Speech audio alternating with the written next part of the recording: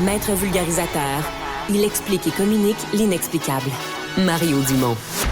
L'exercice lui-même Mario Dumont. va faire sortir plus de vérité sur ce qui s'est véritablement passé à ce moment-là. Gérez donc ça, s'il vous plaît. Isabelle Maréchal. Mais c'est parce qu'à un moment donné, si on paye pas tout de suite, on va payer tout à l'heure. La rencontre, Maréchal Dumont. Bonjour Isabelle. Bonjour, Mario. Alors, tu te demandes s'il y a une volonté organisée et affirmée ou secrète de la mairesse de Montréal et de son parti politique de chasser les automobilistes de l'île de Montréal. Oui, ben je me le demande de moins en moins. Ça ouais, ressemble de plus en plus à une affirmation. Écoute, il y a plusieurs exemples dernièrement qui nous portent à croire qu'effectivement, la tendance anti-voiture de l'administration municipale montréalaise se confirme. On a vu un peu plus tôt ces jours-ci que c'était confirmé que la voie Camillien-Hood, qui est l'espèce de pont entre l'Est et l'Ouest de la ville de Montréal, beaucoup la voie, d'ailleurs, cette voie qui passe à travers la fameuse montagne, notre Mont-Royal, que tout Montréalais a à cœur et qui est au cœur de cette ville. Mais moi, mettons que je ne sais jamais aller, là, t'écoutes le descriptif, là, Ouais. t'as l'impression que la voie, c'est tout le monde. Là. C'est-à-dire que c'est une largeur, tout le Mont-Royal est une grosse largeur d'asphalte, qui reste plus d'arbres, Parce que moi, quand je suis allé, là, c'est gigantesque, le Mont-Royal, puis c'est un petit deux voies, là, juste une petite ligne qui passe dans le milieu. Oui, tout à fait. Tu as tout à fait de raison de dire Non, mais si tu les écoutes, il n'y a plus de verdure. Là. Le parc du Mont-Royal, c'est une grosse... Écoute, pour te dire qu'il y a quand même eu, tu sais, puis ce dossier-là est un dossier de longue haleine. C'est pas la première fois qu'on s'intéresse à cette question de la voie Camillien-Hood. On s'est posé la question plusieurs fois, est-ce qu'il faut la fermer, est-ce qu'il faut l'ouvrir?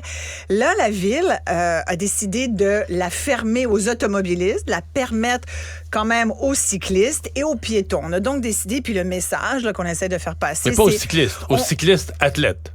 Oui, aux cyclistes athlètes. Ben, aux cyclistes, là. C'est des cyclistes, là. Excuse-moi, là, moi, je monte pas le Mont-Royal. Là. Non, mais, je veux dire... À mon avis, c'est peut-être 33% des cyclistes, puis encore.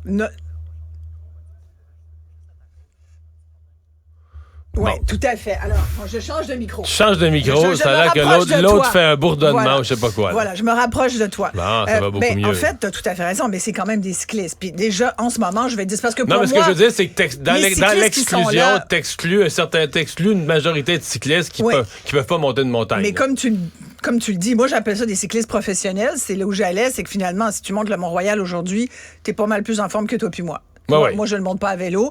Fait que c'est donc déjà, pour le moment... Pour moi, un cycliste de Mont-Royal, c'est quasiment un cycliste... c'est un vrai citoyen. Là. C'est un cycliste d'envergure. Le reste, c'est des citoyens de Son deuxième vélo, classe. il coûte mais plus que un vrai citoyen à Montréal est capable de monter le Mont-Royal. Le reste, c'est des vieux, c'est des handicapés.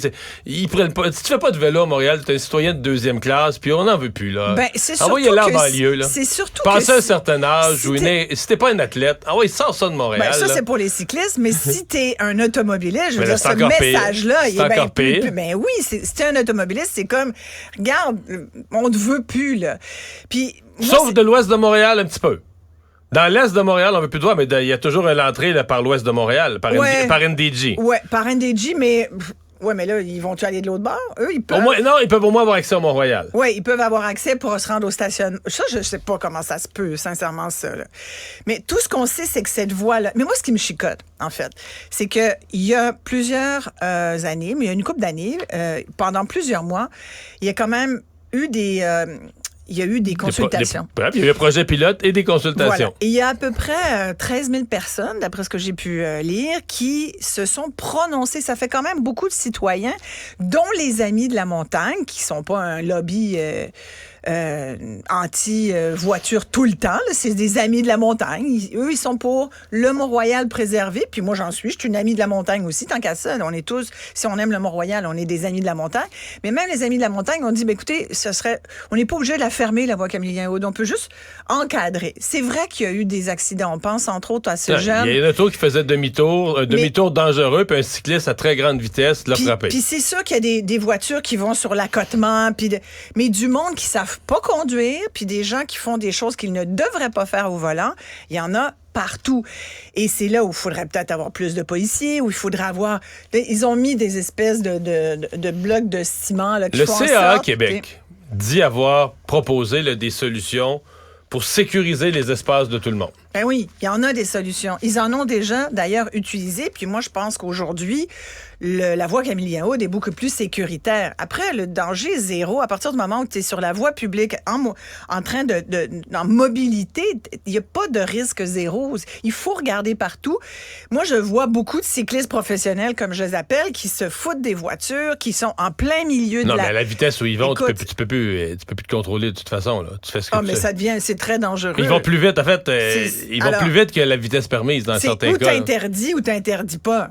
Mais moi, je pense que le problème, c'est de couper... D'abord, sur la circulation, c'est épouvantable l'impact que ça va avoir, Mario. Parce que on dit qu'il y a à peu près 10 000 véhicules en moyenne par jour qui fréquentent la voie Camillien-Aude. C'est sûr que c'est pas que des gens qui veulent observer la nature. C'est beaucoup de gens qui s'en servent comme une voie de contournement du centre-ville. Imagine... Ces voitures-là vont pas soudainement disparaître de la circulation. Elles vont juste trouver d'autres façons de se rendre là où ils doivent se rendre. Les automobilistes, à un moment donné, ils doivent bien... Alors là, ce qu'on essaye de faire, c'est qu'on essaye d'influencer les gens pour dire ne pouvant plus utiliser la voie Camillien-Aude, mais je vais prendre le métro ou l'autobus. Les gens feront pas ça. Moi, je peux te dire, j'habite à 10 minutes du REM. 15 minutes à pied du REM à l'Édesseur à Verdun. Je connais plein de gens qui ne l'utilisent pas pour qui c'est pas pratique, pour toutes sortes de raisons. Puis cet hiver, d'abord, ils ont changé les arrêts d'autobus. Les autobus passent plus autant. Tu sais, il faut toujours bien que tu le marches ton 15-20 minutes. Des fois, c'est même une demi-heure, selon le thé, pour aller au REM. Est-ce que les gens vont faire ça? Bref, tout ça pour te dire que c'est mal desservi. Mais là, c'est parce que tu parles de Camillien-Aude, mais là, c'est dans Parc Extension, ils font disparaître 250 stationnements. Oui, et là, j'y viens au stationnement. Henri Bourassa, Saint-Michel, ça n'arrête plus, là. Et là, aujourd'hui, la dernière nouvelle bonne idée de notre mairesse Valérie Plante, c'est d'utiliser les rues de Montréal et de certaines rues et de les transformer en rues éponges. Moi, des rues éponges, j'avais jamais vraiment porté attention à ça. Je sais pas si tu sais ce que c'est qu'une rue éponge, mais une rue éponge, c'est une rue qu'on va donc choisir dans une ville qui va servir d'éponge, justement, c'est le cas de le dire. C'est assez simple comme concept pour essayer d'absorber tout ce qui est eau pluviale, qui, on le sait aujourd'hui, on en a beaucoup plus qu'on avait à cause des changements climatiques, entre autres.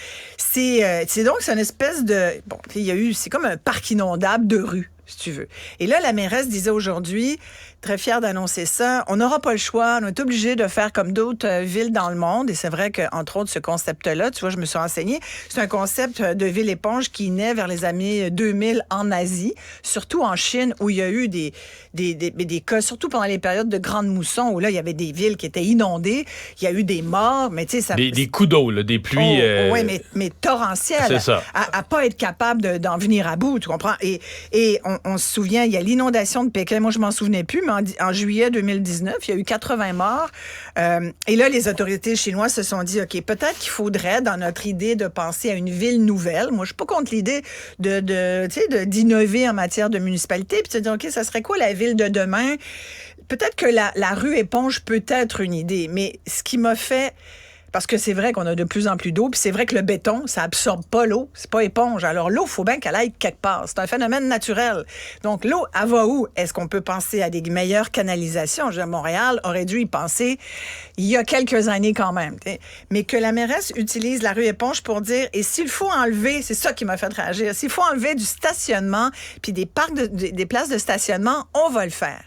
Et là, je me dis, bon, ben, il en restera plus de stationnement à Montréal. C'est aussi bête que ça. Aujourd'hui encore, là, parce que tu vois, on est fin d'été, là, début d'automne. Il y a encore beaucoup de voies piétonnières. Il y a des quartiers, je pense qu'on étend, là, on va les étendre, les quartiers piétonniers, Sainte-Catherine, Sainte-Catherine Est-Ouest, Mont-Royal, tout ça. Puis là, tu te dis, ben, OK, mais moi, je me gare où? Alors, je suis consciente qu'on veut plus que je vienne avec ma voiture. Mais là, on me dit quoi? On me dit, ben... Mais c'est une bonne nouvelle, ça. Nos maisons en banlieue vont prendre de la valeur. Ben oui, toi qui viens du 4-5 Rive-Sud. Tout le monde va vouloir venir vers la banlieue. Oui, mais tu as vu que les maires un peu partout en banlieue demandent plus de budget parce qu'ils ont soudain plus de citoyens, plus de besoins, plus de problèmes. C'est avec plus de monde, tu as plus de problèmes, tu as plus de nouveaux dossiers. Dans la nouvelle réforme de la carte électorale, Montréal a perdu une autre circonscription. Oui. Ça, toutefois, écoute... Non, mais je te parle pas si c'est correct ou pas. Je te dis juste, c'est signe, la ville, tranquillement, se vide au profit des banlieues. Complètement. Puis la mairesse accélère le phénomène. Mais en se disant, à la fin, c'est pas... Là, il y avait 1 800 000 sur l'île. Si on est 1 million à la fin, mais que c'est des cyclistes, tout du bon monde, qui mangent la bonne affaire, du bon monde, ben, c'est une meilleure ville. Avec une plus petite ville, moins de monde, mais juste du bon monde, plus d'automobilistes, plus tout le méchant monde, là. Moi, je suis... parfait, ça, non? Je suis automobiliste, je suis piétonne très souvent, je suis pas assez à mon goût cycliste pour plein de raisons. D'abord, j'ai pas de bon vélo, là, et sincèrement, le Bixi à Montréal, je t'avoue que dans l'état de la chaussée actuelle, j'ai peur de prendre un Bixi. Je connais quelqu'un qui est tombé avec sa trottinette. Tu vas me dire, trottinette, allô? Moi, je pensais qu'on les avait interdits à Montréal, mais visiblement, il y a encore des gens qui s'en servent. Mais tu sais, en France, j'ai fait de la trottinette à Paris, puis je me suis pas plantée dans aucun trou. Chaque fois que j'y vais, je suis tellement contente parce que c'est un moyen de transport que je trouve qui est fabuleux quand tu es prudent. La notion de prudence est de mise tout le temps à pied, en vélo, en trottinette, en longboard ou en voiture. Ça, c'est une notion sine qua non que tu sois n'importe lequel de ces statuts-là. On est plusieurs statuts, mais moi, je comprends que moi, Isabelle, automobiliste, je suis plus bienvenue dans ma ville. Faudrait que je marche ou que je fasse du vélo, puis que je prenne des transports en commun. C'est ça qu'on me demande. Moi, je voulais juste ajouter un petit quelque chose. Vas-y donc, toi, tu as aussi... chaussée, je voulais te dire parce que je suis toujours en Bixi. J'adore Bixi, j'en sens tout ça. Mais l'état de la chaussée, par exemple, puis ça prend assez de temps à les réparer. Ça, je tenais à le souligner. L'année passée, je me suis planté dans un nid de poule qui était en plein milieu d'une chaussée. J'ai perdu toutes mes dents en avant qui se sont toutes fracassées à terre. T'es sérieux? Je te jure. Que j'ai quand même... j'adore Bixi, je trouve que c'est un des plus beaux services qu'il n'y a pas.